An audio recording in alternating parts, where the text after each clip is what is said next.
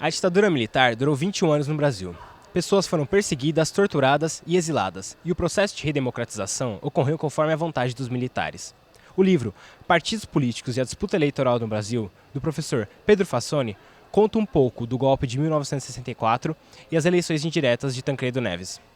O que me levou a escrever esse livro foi a preocupação em entender o que resta da ditadura no Brasil. Procuro revelar as entranhas desse processo, os bastidores, principalmente, da sucessão do ditador João Figueiredo. Dizer que foi um golpe apenas militar, os militares apenas interviram porque alguém bateu na porta do quartel. Eu utilizo a expressão civil-militar, mas eu acho até mais adequado utilizar a expressão empresarial-militar. Aconteceu dois estágios da ditadura, De 64 até 68, quando era uma ditadura, mas não era tão fechada.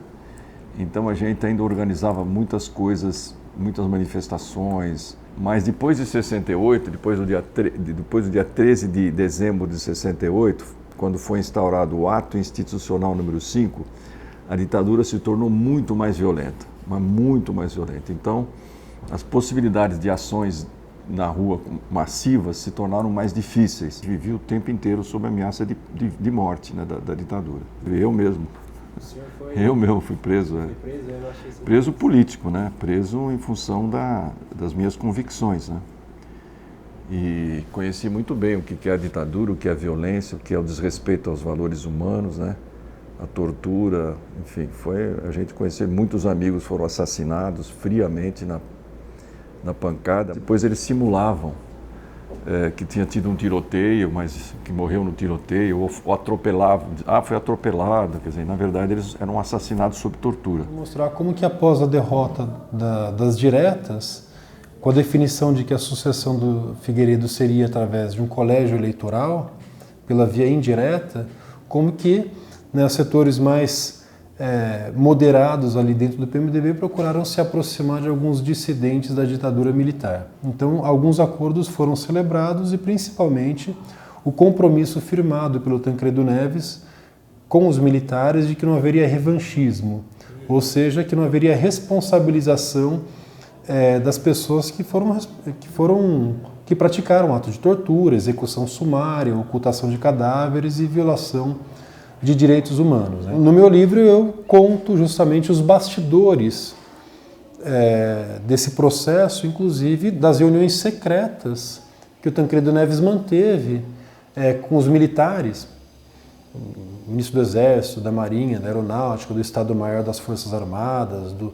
Serviço Nacional de Inteligência para tranquilizá-los.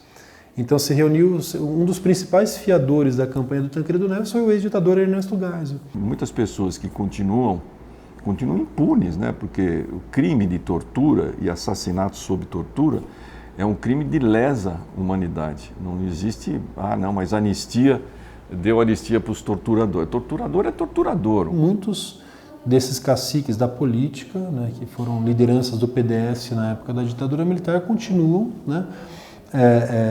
ocupando cargos importantes, como deputados, senadores, no governo de alguns estados também. Muitos filhotes da ditadura, uma expressão que era utilizada pelo Leonel Brizola, continuam aí, firmes e fortes. Eu acho que as nossas dificuldades de avançar em algumas pautas que são cruciais, como, por exemplo, o tema da reforma agrária, o tema dos direitos humanos, da população LGBT, o combate na luta antirracista, eles sofrem sérios empecilhos justamente pela força que esses setores ainda têm no Estado. Tanto em 64 quanto em 2016, o principal mote da oposição conservadora era o combate à corrupção.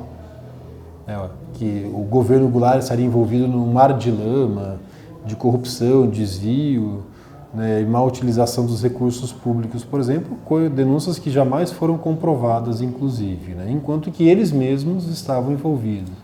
Agora a gente vê que muitas das pessoas que na Câmara dos Deputados diziam votar pelo Brasil, pela família, pelos parentes, entre outras coisas, estão agora sendo indiciados. Mesmo o golpe institucional que a presidenta Dilma sofreu, ela sofreu por parte do seu vice, então estava no interior do seu programa e do seu governo todos esses setores que já foram combatidos um dia. O PT tem uma história muito interessante, mas acontece que também era um partido muito amplo, muito plural, então um setor acabou se tornando majoritário e acabou se utilizando de métodos, inclusive, burocráticos e, de certa forma, autoritários para impor a sua política, que eu considero como uma política de conciliação de classes, que tenta avançar em alguns programas sociais, mas que encontra sérias limitações porque tem um compromisso com as elites que sempre dominaram o país. Eu acho que cabe à nossa juventude, cabe à nossa geração se organizar para dar respostas semelhantes à que dava naquela época. Mas eu acho que não para pedir a volta da Dilma, para pedir a volta de um instrumento que não deu certo,